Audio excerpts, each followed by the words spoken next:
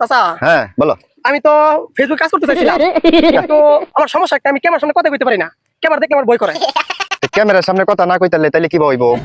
কথা মেরে পারতাছি না, সবাই খালি ক্যামেরার সামনে যায় কথা বলা, আমি তো কথা বলতেই পারি না। তাইলে এই বাইরে জিগাই কি কো? আরে বলুন, আমরা আমি একটা সহজ যুক্তি দিই। হ্যাঁ কই। আপনি ক্যামেরার সামনে কথা কইতারেন না, হ্যাঁ কইতারে না। ভয় পাই। ভয় পান। ভয় পা বলে। ভয় না পাওয়ার একটা ওষুধ আছে আমার টাই। কই দিন চাবা বলো না। অভিনয় আগে আপনি কোন ভয় না পাওয়ার একটা ওষুধ আছে, এটা আমি দিতারি। আচ্ছা দেন, দেন। দিতাম। দিন দিন। তাইলে আপনি ক্যামেরার সামনে তো কথা কইতারেন না, একটু কইতে দিই কি মুখ দেখা দা, একটু কোন ক্যামেরার সামনে কথা কোন। শর্মাইতাছে। ওইসে বুঝছি কোন। আপনি এবার হাত ধরুন। এবার হাত ধরে এবার ঘুরিয়া।